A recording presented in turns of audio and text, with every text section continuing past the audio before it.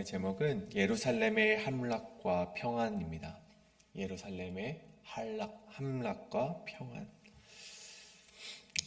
우리 인생의 중심이 되는 곳이 있다면 사람마다 다를 수는 있겠지만 공통적으로 가정이라고 말할 수 있을 것 같습니다. 세상에서 아무리 고된 일이 있어도 이 가정으로 돌아오면 안심이 되고, 세상이 어지럽다 할지라도 우리 가정으로 돌아오면, 집으로 돌아오면 마음이 쉬어야만 합니다. 그런데 만약 그 가정이 무너지면 여러분 어떻게 되겠습니까? 가장 안전해야 될 자리가 가장 아픈 자리가 되는 순간 사람은 깊은 절망에 빠질 수밖에 없다는 것이죠. 오늘 본문이 바로 그러한 장면으로 시작이 됩니다.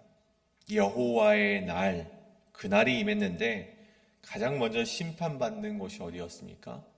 세상의 나라가 아니라 이스라엘의 집과 같은 곳, 가정과도 같은 곳, 바로 예루살렘이 심판을 받았다는 것이죠.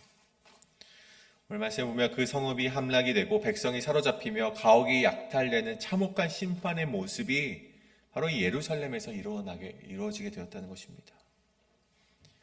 하나님께서 약속하신 거룩한 성 예루살렘인데 왜 이런 심판을 당하게 되었을까요?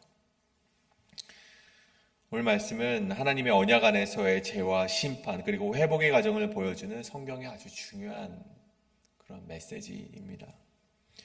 그래서 오늘 우리는 이 스가랴 이 마지막 장, 이 14장의 본문을 통해서 하나님께서는 왜 이 예루살렘을 심판하셨고, 왜 그들의 가정과도 같은 이 예루살렘을 심판하셨고, 그 심판이 결국 어떻게 이어지게 되는지, 어떠한 결과로 흘러가게 되는지를 이 시간 우리 말씀을 통해서 함께 나누어 보고자 합니다. 오늘 예루살렘의 함락과 평안, 첫 번째는 예루살렘에도 심판은 임한다입니다. 예루살렘에도 심판은 임한다. 오늘 본문 여호와의 날, 그 날이 이르리라 라는 표현으로 시작이 되죠. 하나님께서도 자신의 백성에 대해서도 판결을 하시고 뿐만이 아니라 이 세상 나라, 이 땅의 모든 민족을 판결하는 그 최후의 날이 바로 이 여호와의 날입니다.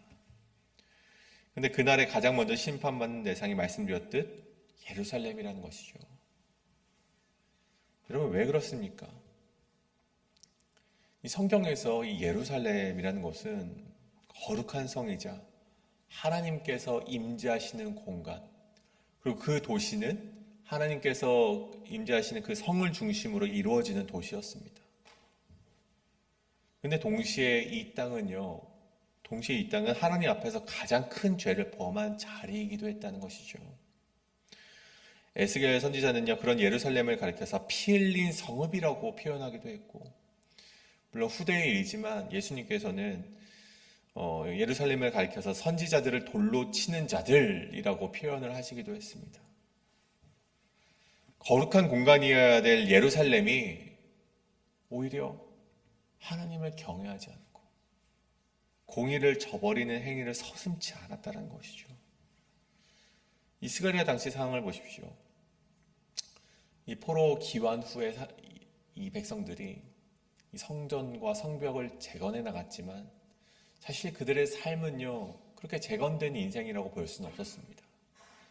백성들은 여전히 불순종했고 세상과 타협하는 모습을 보였고, 또 동족들 간의 싸움이 있고 못살게 굴고 서로를 탈취하고 서로 겁을 주는 그런 죄인의 모습을 떠나지 못했다라는 것입니다.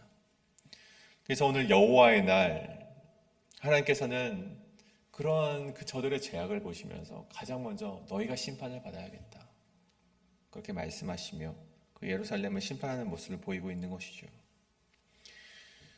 우리는 이 스가랴의 말씀을 묵상하기 전에 우리 이 말씀을 처음 시작하면서 그런 말씀을 좀 나눴습니다. 하나님께서는 물리적인 성전과 성벽만이 아니라 이 귀한 공동체 가운데 가장 먼저 세워져야 될 것, 그건 영적인 리빌딩, 그들의 마음에 있는 그 마음의 성벽을, 마음의 성전을 다시금 재건하는 것이 중요하기 때문에 하나님께서 이스라엘 백성을 이제 마음의 성전을 다시금 세워가시는 그 말씀이 바로 스가랴의 말씀이다. 그렇게 우리가 서론을 함께 나누고 오늘 이 스가랴의 말씀을 계속해서 묵상해 왔습니다. 그래서 오늘 스가랴의 그 앞전의 말씀 가운데에서는 하나님의 위로도 있었고 또 그 가운데는 하나님의 언약을 되짚어주면서 저희는 하나님의 약속받은 백성이다라는 그런 부분도 있었죠. 근데 보십시오.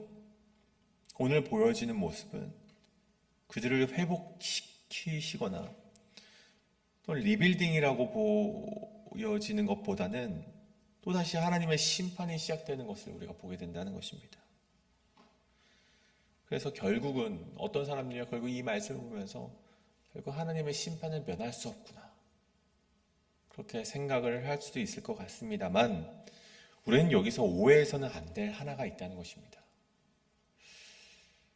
히브리어 심판이라는 단어, 샤파트라는 단어는요, 단순히 우리가 이 심판이라는 단어를 듣게 되었을 때, 받아들이게 되었을 때 어떤 벌하시는 하나님, 모든 것을 무너뜨리시는 하나님, 인과응보의 하나님이라고 생각할 것 같지만 물론 그것도 맞습니다만 여러분 이 샤파트라는 단어 안에는요 조금 더 우리가 깊은 뜻이 있습니다. 그것은 바로 다스리다, 통치하다라는 뜻도 이 심판, 샤파트라는 단어 안에 들어있다는 것이죠.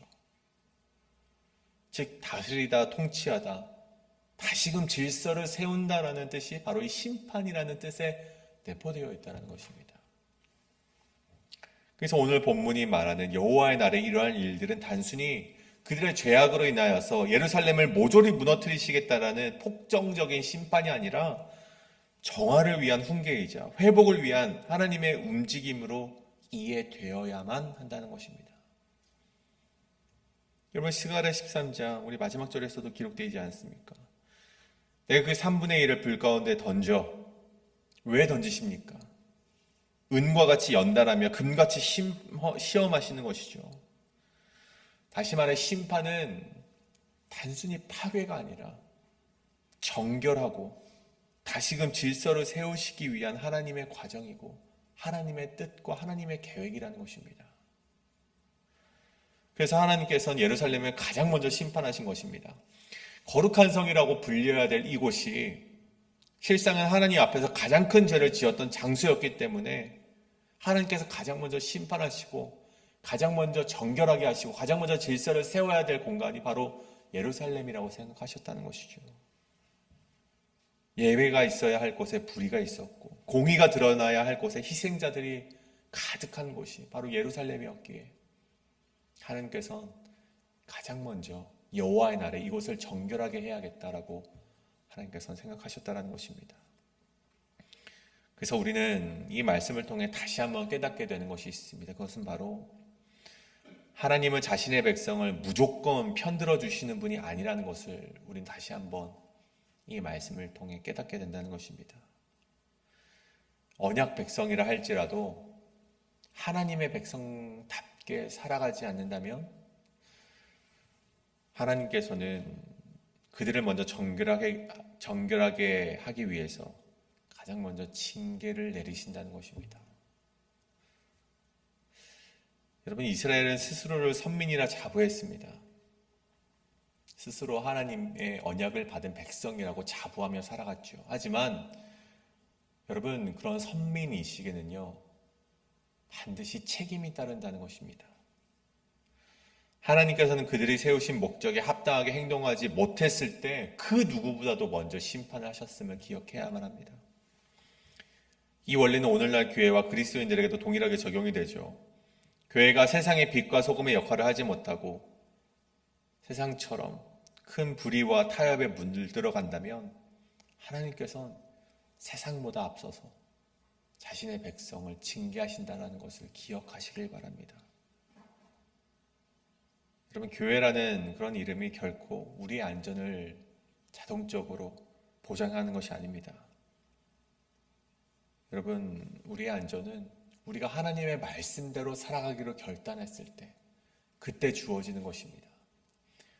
여러분 만약 교회에 있으면 교회를 다니면서 그리스도인이라고 말을 하면서 우리가 하나님의 뜻대로 살아가지 못한다면 우리에게 주어진 안전 평안은 하나님께서 도로 거두어 가실 것이고 우리의 인생은 세상보다 더 큰 징계와 심판이 주어지게 될 것임을 반드시 기억하시고 오늘 그리스도인으로서 하나님이 우리를 세우신 목적에 합당하게 행동하며 걸어가시는 저와 여러분이 되시기를 간절히 소원합니다.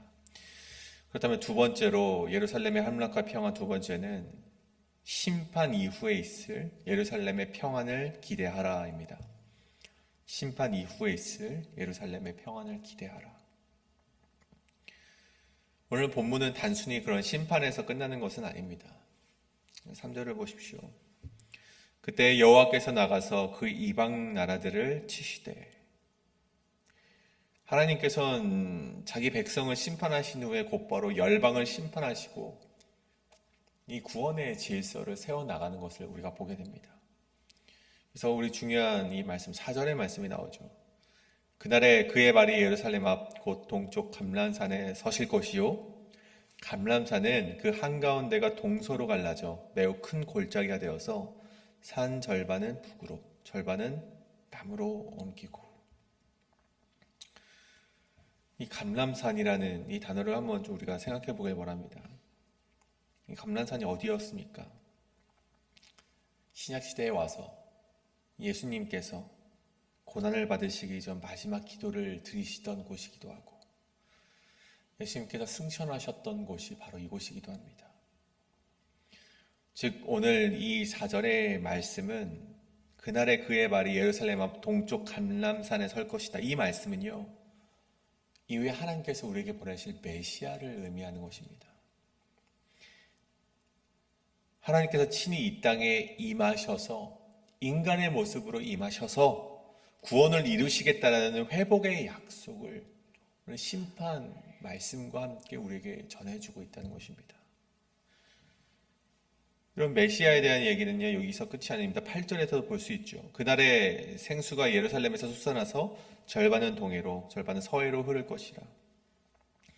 그래서 생수는요, 단순한 물이 아니죠. 영원한 물, 영원한 생명수, 생명의 물을 의미하는 것입니다.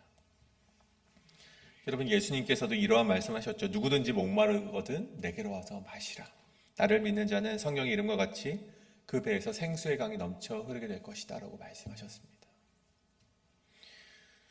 스가랴의 이 생수에 대한 약속이 사실은 그 메시아에 대한 약속, 예수님의 그 말씀과 일맥상통하는 것이죠. 우리는 이 말씀이 예수 그리스도를 통해서 성취되었음을 알고 있습니다.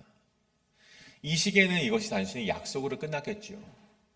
언젠가 하나님께서 우리가 그 영원한 생명수를 주실 것이다 라고 약속으로 끝났겠지만 우리 믿는 이들은, 이 시대를 살아가는 그리스도인들은 우리가 그것이 이루어졌음을 알고 있습니다.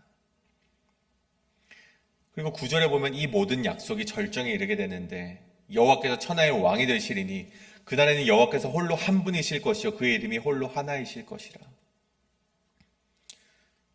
결국 오늘 말씀이 이야기하는 바는 심판으로 인하여서 하나님은 예루살렘을 모두 파괴하시고 고통의 신음소리가 가득한 공간으로 만들겠다. 그러면서 이 말씀이 끝나는 것이 아니라는 것입니다. 심판의 목적이 나오게 되는데 심판을 통해 이 땅의 질서를 바로잡아 가시고 하나님께서 직접 하나님의 나라를 완성시키시겠다라는 참 통치를 약속하시는 것입니다. 여러분, 그 결과가 무엇입니까? 11절에 보십시오. 사람이 그 가운데 살며 다시는 저주가 있지 아니하리니 예루살렘이 평안히 서리로다. 여러분, 오늘 1절 말씀에서 여호와의 날에 그날에 너희 재물이 약탈되어 내 가운데 나누이리라. 그러니까 이 성읍이, 예루살렘 성읍이 심판을 받는 것으로 시작하는데 오늘 끝나는 말씀 11절에는 그 심판 이후에 하나님께서 통치를 하시고 메시아를 보내서 이 땅을 통치하시게 될 것인데 그때 예루살렘이 평안히 서리로다 라고 이야기를 하고 있는 것입니다. 결국 심판의 목적이 고통과 신음과 눈물과 파괴가 아니라 이 심판의 목적이 결국엔 평안에 있음을 우리가 반드시 기억해야만 한다는 것입니다. 이것이 우리가 이미 묵상했던 요한계시록의 말씀과 굉장히 맞닿아 있는 것이죠. 우리 신천지를 우리 이야기했었죠. 새하늘과 새 땅. 그날에는 그 나라를 하나님께서 통치하신 나라를 주실 텐데 그 땅에는 눈물도 없고 사망도 없고 애통하는 것도 없고 곡하는 것 아픈 것이 없는 나라, 하나님께서 직접 통치하시는 그 나라가 반드시 올 것이다 라고 요한계시록에서 하나님은 요한 선지자를 통해서 말씀해 주셨다는 것입니다. 여러분, 오늘 우리에게 주시는 하나님의 메시지는 분명합니다. 우리의 삶에도 심판과 징계를 통해서 하나님께서는 우리 인생의 질서를 세우시길 원하고 그 과정을 통해서 궁극적인 평강으로 우리의 삶을 인도하시길 원하신다는 것입니다. 그렇다면 우리는 이것을 한번 질문해 보길 원합니다. 우리 스스로에게 우리는 지금 이 땅에서 어떠한 예루살렘을 세워가고 있는가? 나는 이 땅 가운데에서 어떠한 예루살렘을 세워가고 있는가? 불순종과 타협으로 무너진 성입니까? 아니면 말씀에 순종하며 하나님께서 통치하시는 성을 세워가고 있습니까? 우리는 우리의 삶을 자꾸만 되돌아봐야 된다는 것입니다. 어제 되돌아봤다면 오늘 되돌아봐야 되는 것이고 내일 아침 우리는 또다시 이것을 묵상하며 내 삶을 또다시 되돌아봐야 되고 우리 인생 매일매일 바울 말씀처럼 날마다 죽어야만 한다는 것입니다. 날마다 내가 어떠한 예루살렘을 세워가고 있는가? 우리는 끊임없이 우리 자신을 저 십자가 앞에 못 박아야 한다는 것이죠. 여러분, 우리 삶에는요, 물론 각자 무너진 자리가 있고 깨어진 부분이 있고 삶에 들어진 그림자가 있습니다. 근데 여러분, 이 모든 것들을 다른 어떤 것을 의지함으로 해결하는 것이 아니라 오직 하나님을 의지하심으로 말미암아 말씀에 순종하심으로 말미암아 우리 삶의 예루살렘을 세워가시는 여러분이 되시기를 간절히 소원합니다. 오늘 말씀을 좀 정리하고자 합니다. 스가랴서 14장은 이 스가랴의 이제 마지막 장입니다. 그리고 오늘 말씀의 첫 시작은 무너지는 예루살렘 성읍으로 시작이 됩니다. 하지만 그 결론은 하나님의 나라와 새 창조의 역사로 그 약속으로 이제 끝이 나게 되는 것이죠. 여러분, 오늘 우리의 삶도 마찬가지입니다.